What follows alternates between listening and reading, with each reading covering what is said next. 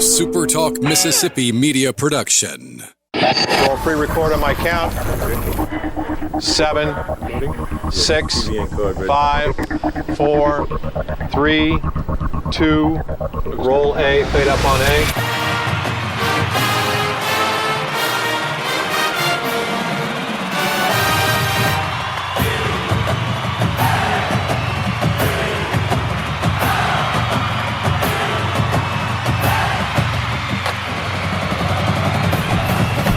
Southern Miss to the top. You're tuned in to the Eagle Hour. All right, everybody, let's go. The SuperTalk Eagle Hour is on the air. We're broadcasting from the Southern Bancorp studio here in Hattiesburg. Bob Getty, Kelly Center, and our good friend Daniel Stewart, who's been our baseball analyst all year. And first of all, I just want to thank you, man, for all the contributions that you've made, and I hope you're still contributing all the way to Omaha. All the way to Omaha. I will be there with bells on. It is postseason time, guys. Let's go. Yes, sir. We've been playing and waiting for this all year. And let me start with you, Daniel. You're our guest analyst. Are you at all surprised at the great position the Golden Eagles find themselves in now heading into the postseason? Not really. We know what the core of that team is built around, and yeah, I think if you go back and look to the first of the season, the talk was all the gauntlet that the Eagles have to go through first of the year, and some concerns there, even saying, hey, if we come out of this 50-50, it's probably a success, you know. Yeah. Well, they were just, guns a-blazing. Went out to, I think it was Waco or whatever, and beat Oregon State. Those guys, Baylor, had a great start to the year. Hit a little bit of a hiccup, but that's typical for the Eagles and then really baseball teams in general. They figured out whatever issues they had. We changed the rotation. We've shifted the lineup a little bit. We've consistently grinded out and won. So, no, I'm not surprised for our Eagles to be where they are right now. Was it that tournament that set the tone, Kelly? What, at the one that he's talking about? Yeah, in Texas. No, I think what really was the turning point or setting the tone is when Camden Clark was taken from the bullpen into the starting three. I think that's where it started to turn. But as I've mentioned before, I really like the way that Coach Ostrander has continued, and really this is a standard operation or operandi or whatever you want to call it, is that he tweaks the team offensively, defensively, pitching, and all that right up to the last minute to where they're playing the best baseball that they've played all year right now. Right. And that's, again, when you're a program like Southern Miss, it's not about playing for the conference tournament. Mm-hmm. It's about playing in the NCAA tournament and getting your team ready to face that tournament. The expectations are there every year now. The guys are used to that environment. And I still think that we as a fan base kind of need to get used to this too. And I know the expectations are there, but we need to act as fans like we belong here, we deserve this. That's right. Well, later in the show, we're going to hear from Kyle Morrison and JW Armistead, and you're going to hear them talk about that expectation, that culture. Daniel, has the culture always been the way it is now? It's been a while since I've played, and I look at the team now, the way they carry themselves on and off the field. It was the same way 24 years ago when I played at USM. Now, Coach Barry was Coach Palmer was at the helm then. Coach Barry came on when I came over back in 2001. But the expectation was always the same of how you are to carry yourself on the field and off the field. And I see that in those guys today. So the tradition, the constraints that we put these teams under are the same then as they are right now. Yeah. But what makes it especially remarkable to me is that now you're having to deal with NIL and transfer portal guys. The game has changed. And it's real easy to hit a clunker or to hit a sour note with one of these guys. But Southern Miss has really done a good job of making sure that the guys they've brought in fit that puzzle. And we've talked about that the last couple of weeks on the show, and the questions that Coach Ostrander asks to probe these guys. I mean, what they do on the field, there's documentation of that, video and everything else. But what are they like off the field? Right. That's where Southern Miss has really struck oil in more cases than not. Yeah, he implied to us earlier, last week actually, that they're going to hit that portal again, and they're going to hit the portal for hitters, batters. And he expressed total confidence of their ability to go get the kind of kids they wanted in the portal. Yeah. Well, you think about who they're losing after this year. Russo's gone. The whole right side, really. Russo, Morrison, Urban. Higdon. They're all gone. So those are some big bats in the lineup that are going to need to get replaced. Now, there's some guys on the team right now that are going to be able to step up and fill those positions. But if we can go out and find another Joey Urban, another Kyle Morrison, that would be huge for us next year. When you look at who they lost last year, Tuna, the kid in center field, Cook, Monaster, Ozzie Pratt, J.B. Middleton, and sitting where they are right now, pretty remarkable. It really is. And everybody talks about reload, and you can now look back and say, yeah, it looks like we reloaded, but at the time you didn't know. Right. We didn't know how. We knew Morrison had a great year at South Alabama. Is it going to translate? Caleb Stelly had a great time. A great career at Louisiana. Hadn't really transitioned into success here, so you never really know when you start plugging and playing players. Are they going to work out or are they not? So that's the challenge that the coaches face in today's world with the portal is this guy going to plug in and be a part of the team, or is he not? And I keep bringing this up, too, because it is so important. Southern Miss has been blessed, too, and it goes back to their strength and conditioning program. They've had relatively no injuries. No. I mean, you mentioned Stelly. He's been, banged. He's been hurt. Yeah, so some of that, to be fair to him. Sure. But generally, man, they've been so healthy. What do you attribute that to, guys? It has to be part of Makovica's training program. And we've talked about when you see these guys in public, if you just ask the general public, what sport does that guy play? Almost every one of them would say, oh, that looks like a football, looks like a linebacker to me, or a defensive end. But they're not big. Yeah, they're baseball. I mean, these are big, strong dudes. And there's a fine balance between being strong and being too tight to where you're going to pull a lot of those muscles and so on. And they seem to have found that right balance.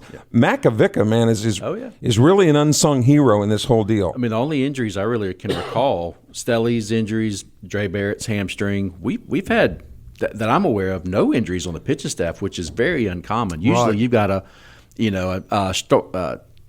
hopefully not a tear, but a strained shoulder, strained elbow, tired arm, whatever it may be. I don't recall anybody losing time to any injuries this year, so definitely credit to Makovica keeping these guys in shape. And kudos to Coastal Carolina because, at the beginning of the year, everybody was thinking that ship was going to sink to the bottom of the ocean, well, because of some pitching injuries. But they weathered it, and they came through, and they've had some bumps here at the end, but Coastal weathered that. But, man, I just don't think you can ever underestimate the importance of being healthy. Great point by Daniel, too. How rare is that you could have a pitching staff that not a single pitcher hurts themselves? Yeah. And there may be something that we're not aware of, but I mean, the guys you see day in, day out have not had any, Colby's and, Graydon Harris and Sundstrom, all these guys, it's their time to pitch. They're on the mound. And you've had about 7 or 8 or 9, if you include the midweek guys, 7, 8 or 9 guys that you've started, none of them have been hurt. No. So going into postseason, into the Sun Belt tournament now, and then the regional tournaments, man, if you have all hands on deck on the pitching staff, you are so far way ahead of everybody else, regardless of how many games you play. So Southern has the advantage of playing fewer games because they don't have to play a play-in game. They've got everybody healthy. So everything is ripe for them for the taking. They just have to go out and get it done. I'm going to ask you both a question. There's no concrete answer, but how far can this pitching staff carry this baseball team in the postseason, Daniel? I think they can carry them a long ways. You look in, past successes of teams, it seems to be, because you have a lot of games in a short period of time, the teams with the deeper pitching staff seem to do better. Kind of going back to not a lot of injuries, we've got a pretty healthy, robust staff. We got a lot of guys that we can run out there that are successful and can be effective. So I think our pitching staff carries us through this week's tournament and into the regional situation wherever we end up next week. And I think if the Eagles were to stub their talons or stub their toes, whatever you want to say. Very good there. Oh, thank you very much. Very good. I don't think it's going to be the pitching staff. I think it'll be the at times inconsistent offensive attack that Southern Miss has had. And if they run into a pitching performance here or there, which even the worst of pitching staffs, one guy can pull one out of his rear end, right? So if they run into something like that, that would be the only thing I think that would cause them problems. All right, opening segment of the Eagle Hour every day is sponsored by our good friends at Movie Star Restaurant. For 25 years, they've been serving the best buffets in the Pine Belt. And you can go get one today. Movie Star Restaurant, 25 years of great service, family-owned, family-operated. Food is always delicious and fresh, and we thank them very much for their support. And, Kelly, as we head to the break, speaking of pitchers, Nick Sandlin signs with the Detroit Tigers, Kelly's baseball team. Do we have the Mormon Tabernacle Choir queued up there? See. Yeah, wait a somewhere, second. Bob. Hang on one second, Kelly. Nick Sandlin has. Nick has finally come to the promised land to play for the Tigers. Good for him. Were you pretty happy when you heard that, Kelly? Of course. Now, as if we weren't headed to the World Series to begin with. Now. There we go.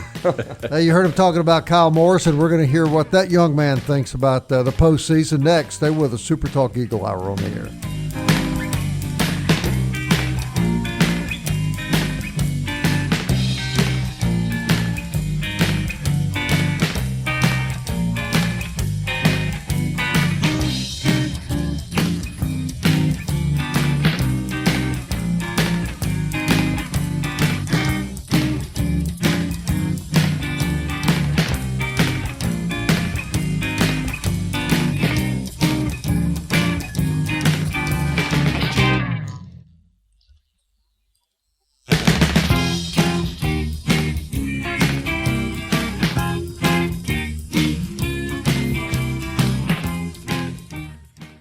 Big news from Robinson Electric Supply in Laurel. We've moved. You'll now find us directly behind our old building, right by Sawmill Animal Hospital. We're still your trusted electrical distributor, carrying everything from conduit to tape. And don't forget our full line of Milwaukee tools. Whether you're a contractor or a DIY pro, stop by the new Robinson Electric Supply at 1222 West 6th Street and see what's lighting up Laurel. Robinson Electric Supply. New location, same trusted service. Southern Miss to the top. You're tuned in to the Eagle Hour. All right, welcome back. We're glad you're with us this afternoon. We're in the Southern Bancorp studio, Bob, Kelly, and Daniel, and we appreciate you being with us. This segment is sponsored by Eagle Tire West. They're on Highway 98 West, family operated and owned since 1985. Eagle Tire and Eagle Tire West. They sell Goodyear tires, you name it, Toyo tires, any brand you like. They provide full service work on cars and trucks. And, of course, they're big Southern Miss supporters, as is Genesis of Hattiesburg, the official auto dealer of the Eagle Hour. And I'm very proud to say one of our special presenting sponsors for our coverage this week at the conference baseball tournament. Genesis sedans and SUVs, all from Mississippi's exclusive Genesis dealership, Highway 98 West in Hattiesburg. And our coverage begins tomorrow at 1 o'clock. We'll be broadcasting Wednesday through Friday at 1 o'clock from the baseball stadium in downtown Montgomery, Alabama. Yeah, I see we're irate. Scoop gets to, he's leaving right after the show today, right, to go to Montgomery. So he gets to stay, Daniel, at this, big suite with the, the skyline windows and the whole bit. I get a pup tent. They throw a pup tent in my trunk. When he really performs well, we'll put him up at the Motel 6. That's right. Make sure the light's always on for him. Hey, the only thing I have to say about that is motel spelled backwards is let 'em. Oh, my word.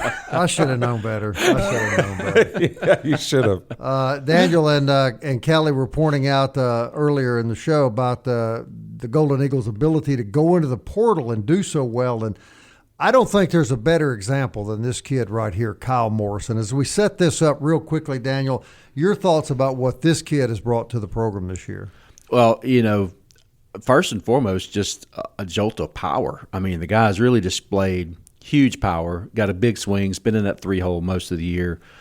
We really needed that kind of bat after losing Monastir last year, because he really kind of provided that same type of support. So to be able to go out and find him and him come in and contribute has just been huge. He's a good player, tough kid. We found out how tough he was in the Texas State series, and I did mention that to him, as you'll see here in a minute. Well, he already knew the league as well, having played in the Sun Belt. And I don't know if you've ever shaken that guy's hand. You better get ready. Yeah, he's a dog now. Oh, my God. Oh, my gosh. You'll bust your hand, man. He is a strong kid. Here, ladies and gentlemen, is Kyle Morrison. You were the portal find of the year. You've made a heck of a contribution here. It's been a good year for you, hasn't it? Yes, sir, it has been. And I just love it here, man. I think that's what's helped me a lot. I come to the field happy every day. I love the guys. I love the coaches. You know, they push me to be a better version of myself on and off the field. So that's a big thing for me. I want to be great for this fan base and for this team. I mean, it's pretty hard not to get chill bumps thinking about it when you run out in the field on Friday night and you see however many thousands of people in the Pete. So, yeah, man, I'm just so blessed to be in this situation here. What has been the biggest difference in playing at Southern Miss and the other schools you've been at, Colin? Really just the culture. I remember the first night I got here and I just moved all my stuff into my room and about 10 guys had already texted me to come hang out. So I thought that was pretty cool. I got to know everyone pretty quickly, and I'm close with a bunch of the guys, and I wouldn't trade it for the world. Yeah. The team's had a heck of a year. You guys obviously now being projected as a regional host and a top 8 seed perhaps, but you got a lot of ball left in front of you. Now that the postseason is upon you, does your mindset change in any way? No, I mean, my mindset and us as a team, our mindset the whole year has just been to win. I mean, that's what you got to do, bottom line. No matter if it's the regular season, the conference tournament, or the postseason after that. I mean, bottom line is win. You do whatever it takes to win. That's just what you have to do. You guys battled through a little bit of a slump sort of middle ways through the year. A lot of teams do that. Clearly out of it now, and as you head into the postseason, there's got to be a lot of confidence. Oh, yeah, there's tons of confidence. I mean, look what we've done. We just swept ULM and just came off a sweep against James Madison. So, I mean, if you're kind of doubting yourself after those 2 weekends, there's something wrong. But, yeah, there's a ton of confidence going into this weekend and the conference tournament and the postseason. I want to take you back to a series earlier this year, a little bit of a brush-up between you and a guy from the other team. I think you know who I'm talking about. And I understand that went back a little bit in junior college. Can you talk about that? Yeah, it did. I mean, just 2 competitive guys going out on the baseball field. You know, I played at Shelton State and he played at Northwest Florida. We're both in the Junior College World Series, and I mean, it was just, like I said, 2 competitive players going at each other, and, you know, it kind of carried over to the Pete, and I kind of play with a chip on my shoulder, so when I see something I don't like, I'm going to go right after it, so that's kind of what happened. Your man Ben Higdon, I interviewed him right after that, and his response was, yeah, I've got his back. Oh, yeah, I mean, no doubt. I mean, I know all these guys have my back, but I really didn't care how many it was. I was going after all of them. That's just kind of how I've been raised, and that's kind of how I play. I love it. All right, when the season ends, and we hope that's not for a while, what do you want people to remember about your year here? Oh, that's a tough question. Really just they had a great time coming to the ballpark and watching me play. I think that would be a big thing for me, and I just want to, you know, I don't know, man. That's really tough. I just hope that people really enjoy to watch me play, and especially the younger generation coming up. Hope I carry myself the right way and do the right thing, and, you know, take some stuff from me, even if it's just one thing, on or off the field. I think that's what I want to leave here. Any goals for the remainder of the season? Not really any goals, just be the best version of myself. And, you know, I really don't want to see this season come to an end. So if it does come to an end, I hope it's in Omaha. I know that. Yeah, for sure. Well, you certainly made a heck of a contribution, and I think people are going to remember you here for a long time, even though you only played here a year. Oh, yes, sir. Trust me, I'll be back in Hattiesburg after my playing days are done. I love this place, and I wouldn't trade it for the world. All right, young man. Thank you and congratulations. Thank you, sir. All right, Daniel, you like having a kid with that kind of attitude on your team, don't you? Absolutely. I mean, you know, been here a year, but I have no doubt that every player on that team would follow him just about anywhere. Mm-hmm. You can tell he's a leader. He said that, you know, Southern Miss, you can tell the culture. And I think that speaks well that, you know, somebody from the outside in can just kind of feel that this place is different. And, you know, South Al's got some great facilities down there, but they don't pack it out. So when you pack out the Pete week in, week out, it makes a difference in a player's life. It does. That's something, too, about the small town feel of a Hattiesburg as opposed to a much bigger city than Mobile is. That there's just that camaraderie and that family spirit. How many guys, really, in the past 4 or 5 years have continued to make their homes around this area? Oh, yeah. I think our Ozzy was still making pizzas up to about 3 months ago. Yeah, Ozzy told us at a remote we were at a few weeks ago there was a real advantage to being a Southern Miss baseball player. He hadn't finished graduate school, and he had multiple job offers around here. Oh, yeah. So they take, you know, the community takes care of the kids. The kids love the community. And I don't know that I've ever covered a sport where players, and you don't have to drag it out of them, where players talk about their obligation to their fans and the community, and we can't let the fans down. We can't let this town down. We overuse this word, but that is special. It is. Well, Hattiesburg is Baseburg for a reason. It's Southern Miss, I think, is kind of the pinnacle of that. But look around just baseball in general in this area. Summerall High School, great baseball program. Petal High School, great baseball program. Purvis. William Carey, great, Back in the World Series. Back in the World Series. Purvis. The history, you've got Hattiesburg, Oak Grove, Pearl River, Jones. There is a lot of good baseball around Hattiesburg, Mississippi. And Southern Miss kind of is the top of that pyramid there. But it's just different in Hattiesburg, and this is a special place. And there's a message to younger kids out there who think that no matter how talented they are, they can be a fool in their personal life because I'm so talented, other schools are going to want me. You're wrong. Mm-hmm. Because there's a lot of players that are just as good as you that behave themselves. Mm-hmm. And those are the guys that are going to get the jobs. So don't get so full of yourself, young athletes, that you think that you can be a turd in your real life and still land on your feet at one of these schools. Because schools have choices, and they have to make good choices with tight budgets and so on. They're very careful who they're going to invest in. Mm-hmm. So don't behave yourselves is what I'm saying. Be careful of social media, what you put out on social media. Protect your brand and so on because, again, they've got choices, and it's not going to be you if you don't behave. Well, take two players with equal talent, and I firmly believe this, and I think every baseball coach out there does as well. Two players, equal talent. The one with the better attitude is going to be the more successful ball player. And he's also going to be the better teammate. So coaches are paying attention to these things when they're recruiting you, interviewing you. And, some of these players would be much better off. They just made some better decisions and, weren't kind of like the prima donnas we used to talk about back in the day. So it does make a difference. And I would go a step further, Daniel, to say even if the guy is a little less talented. Absolutely. As a coach, I believe in my abilities that I can get him to the next level. Absolutely. But I can't teach him. His character's already been determined. Character is done. Yeah. And when it comes to behavior, the best predictor of future behavior is past behavior. Am I right, too, as we head to the break, Daniel, that, excuse me, one bad apple can cause a lot of problems on a team. It can. We always talked about it as a cancer. Don't be that cancer on the team because that cancer spreads.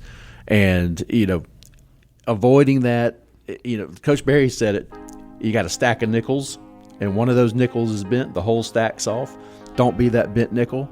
There is some truth to that. Good. Yeah. Don't be the one that causes your clubhouse to fall. Yeah. And usually those kids and players are the way they are because their parents are exactly the same way. Very true. Coming up on the show, JW Armistead is a senior pitcher. Wait till you hear what he says about the first few times he pitched at the Pete and the advice he was given by older players. We'll be right back.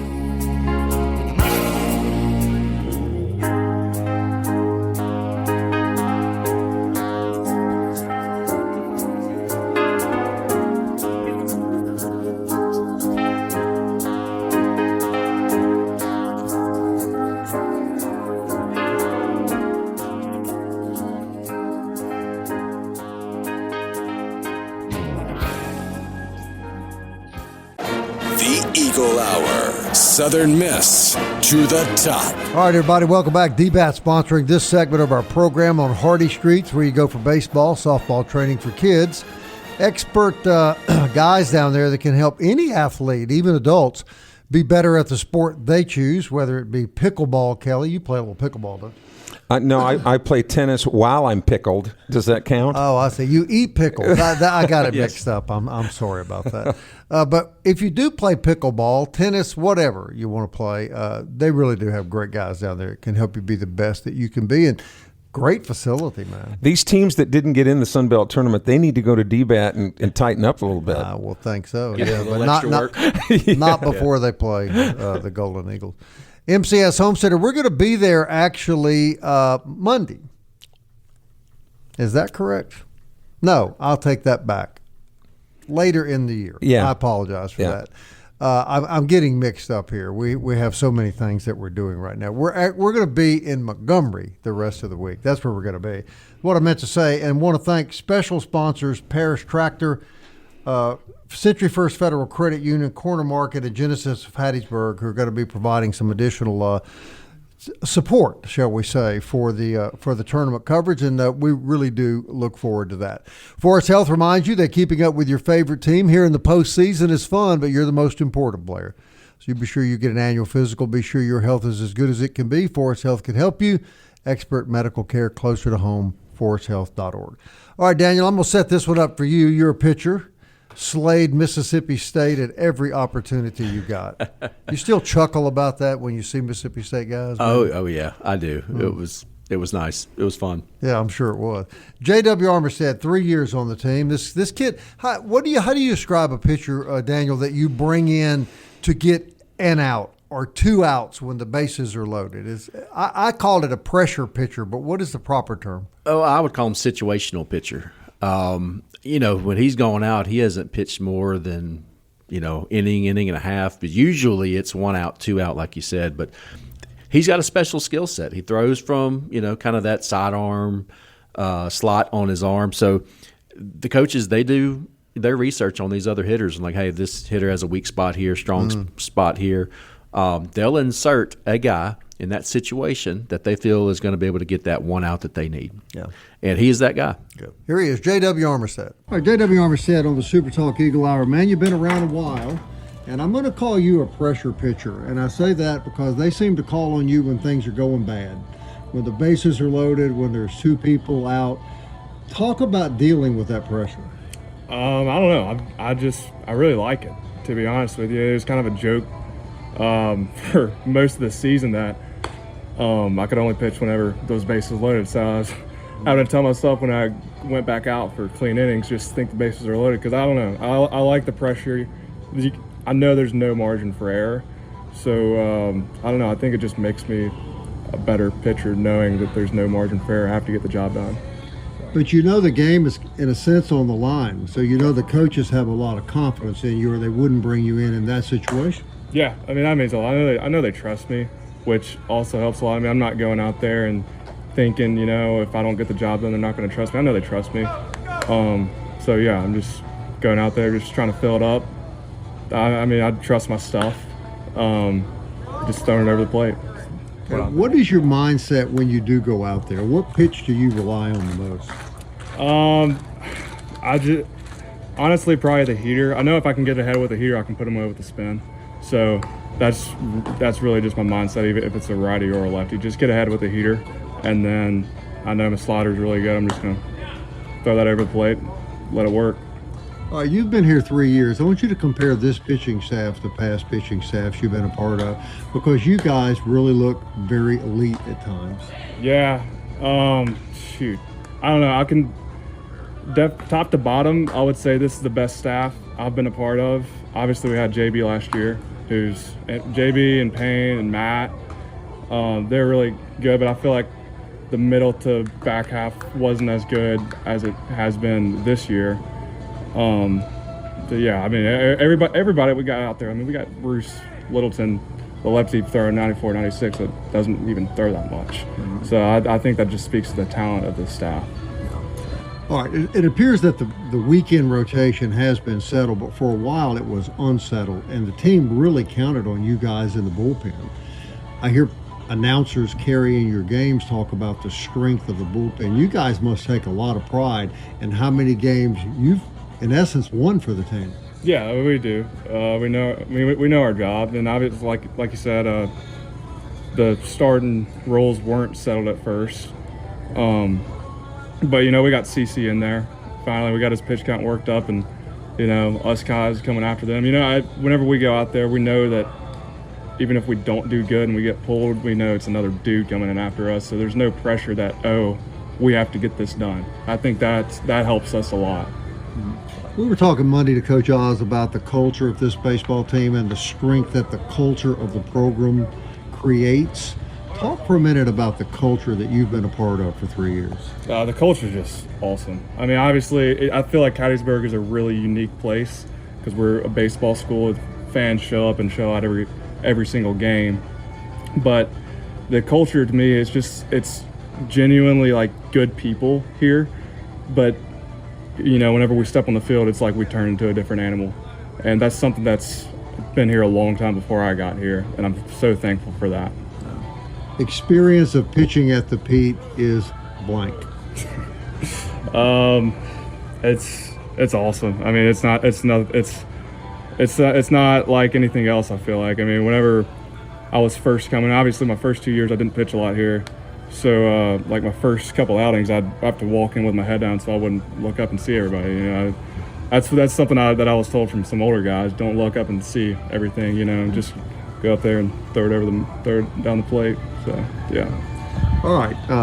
Top 10 ranking, top 10 RPI, all sorts of wild projections swirling around. How are you guys blocking out all this noise?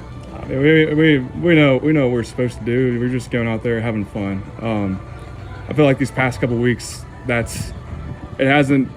don't know, no one's like said it or anything, but I feel like these last few weeks has been the loosest we've played, and I feel like we've been really putting it together while we're playing that loose. I mean, we've been kind of in the rankings all year, so at this point, it doesn't really matter. It's just go out there and have fun, play the game that we loved since we were kids. Oh, it's JW Armistead. I thought that was pretty cool early on. One of the older guys says, "Don't look up and see all the people around you." Yeah. One of the guys from Louisiana Monroe was joking a couple of weekends ago about that very thing. He says, "Look, I got self-esteem issues as it is. When I look up to these people in Hattiesburg and they're making fun of me. They're anything they can say." It was Kyle Morrison that told me earlier in the year that when he decided he was going to do everything he could to get here was last year when they played here, South Alabama. Yeah. And he said, "I have no idea how they found out the name of my girlfriend and my mother, but every time I came into the batter circle, I heard about my mother and my girlfriend, and I thought, these people are crazy. I've got to play here." There probably are some professional hecklers out there doing whatever they could do to get under the skin of whoever they can. Hey, we've got one job as fans. One job. Yeah. Daniel, when you're on the field playing, can you hear that kind of stuff?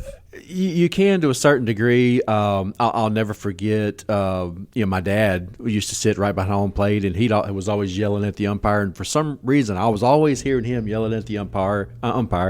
About strikes and balls or whatever. But you hear a little bit. You do. You can't help but hear a little bit.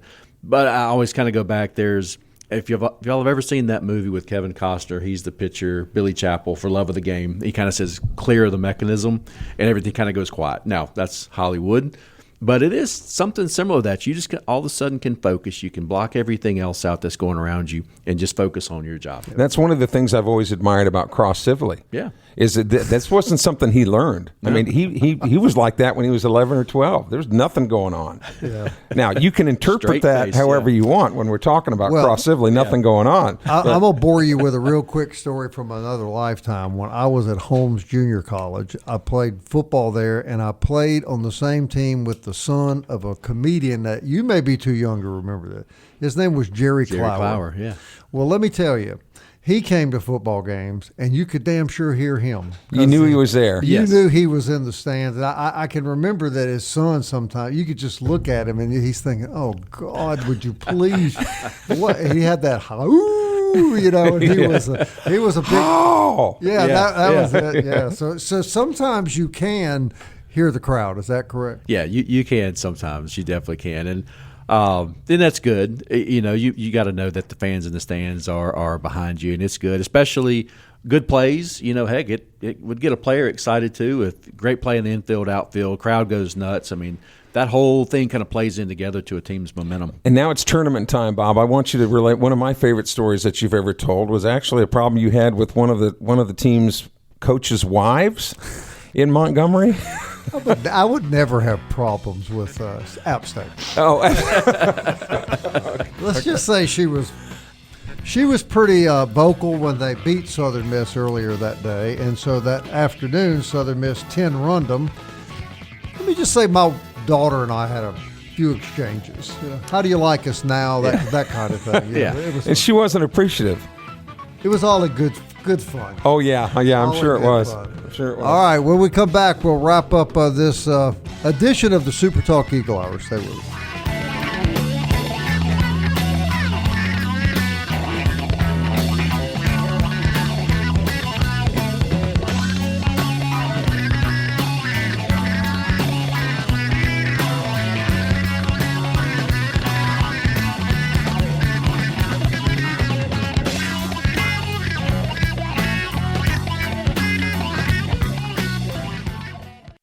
Big news from Robinson Electric Supply in Laurel. We've moved. You'll now find us directly behind our old building, right by Sawmill Animal Hospital. We're still your trusted electrical distributor, carrying everything from conduit to tape. And don't forget our full line of Milwaukee tools. Whether you're a contractor or a DIY pro, stop by the new Robinson Electric Supply at 1222 West 6th Street and see what's lighting up Laurel. Robinson Electric Supply. New location, same trusted service. You're tuned in to the Eagle Hour. The Eagle Hour. Southern Miss to the top. All right, everybody, if you got some gold or silver at home and you want to turn it into cash, only one place to go. That's Jewel Masters on Highway 98 West. Marty Vick's been buying gold and silver longer than anybody. Don't be fooled by the Johnny-come-latelys. You want top dollar, you want it to be confidential, you want it to be fast. That's Marty Vick. Jewel Masters, and Kelly, you and I have known him forever. There's not a better man on the planet, really, than Marty Vick. No, and you really have to maintain a relationship with him or you won't get to talk to Cindy, his wife. Correct. and we still do shake our heads about that. We just he definitely caught her in a very weak moment years ago. She could have, her aspirations could have been so much higher. There is hope for all of us. Great family that owns Jewel Masters in a great place for you to take your gold and silver. And if you want to cater an event coming up, Kelly, Dickey's Barbecue would be the place that I would call. Only place to go. Yeah, whether you've got a small group or a large group, and whether it's a baseball tailgate, football's right around the corner. Not too early to start planning about that. Summer parties for the kids. Man, you want to spend time with your friends. You don't have to worry about all that food. Just tell Dickey's what you want, how many people are going to be there, and then let it up to their pros to take care of it. A lot going on right now. We're leaving from Montgomery and get my days mixed up, but I do want to thank another great sponsor, MCS Home Center, for having us there yesterday. Always a pleasure to be with Hank Lott and his folks, and that is a beautiful building, beautiful store inside it. And again, it's locally owned, and I just think that's so important.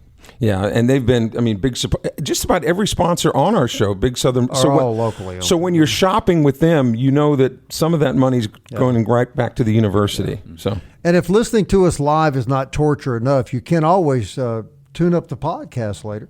You can hear it on Apple, Audible, Spotify, Stitcher, TuneIn, YouTube, Alexa, or Siri. Update, Alexa, Siri communicating with you at all, Kelly? No.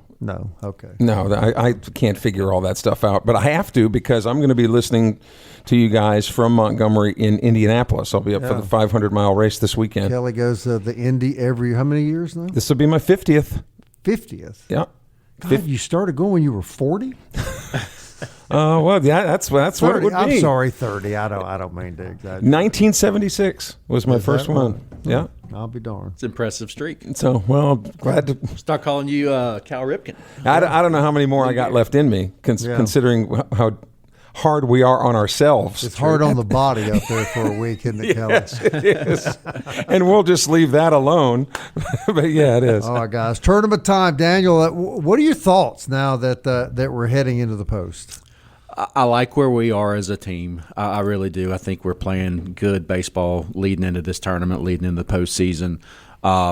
It's going to be interesting to see because, some teams that maybe didn't fare too well in the regular season may have a chance to do well in post. Take a team, Arkansas State actually had a pretty decent season. They're a little dangerous, aren't they? But that pitching staff of Arkansas State, I was really impressed, really talented. And kind of going back to what we said earlier, pitching kind of leads you successes in tournaments. I predict them to be a good competitor. You can't sleep on Coastal, even though they didn't have the greatest weekend against, I think, Old Dominion. I think it's who they played.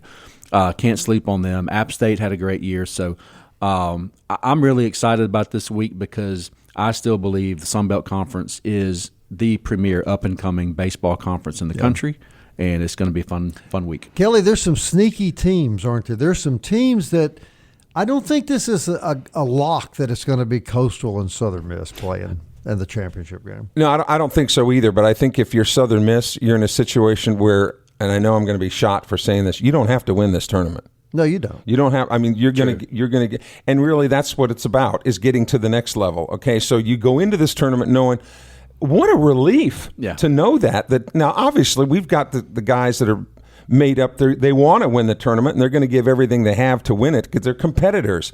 But it's really nice to know in the far recesses of your mind that you don't have to win it to get to the next level. That takes a little pressure off of you, doesn't it? I would think so. It does. And now you don't want to go 0-2 because at some degree there are still people out there picking where you go.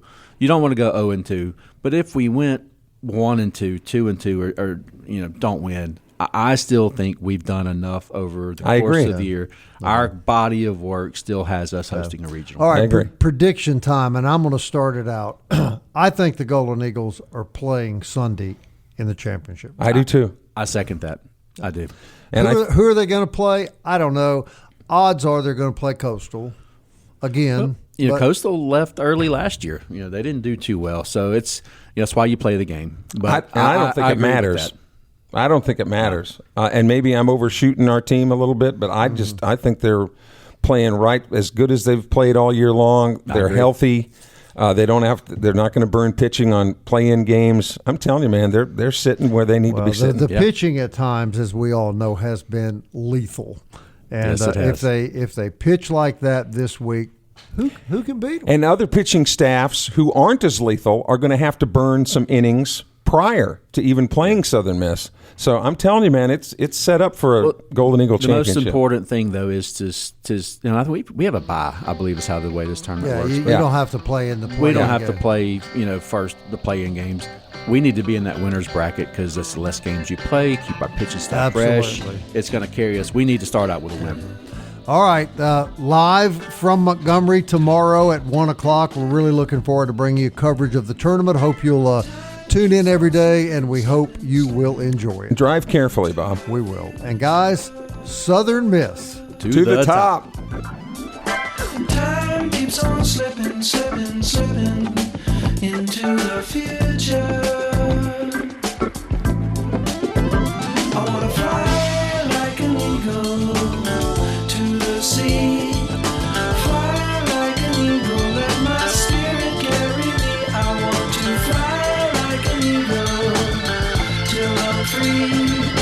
I go through the revolution. A SuperTalk Mississippi media production.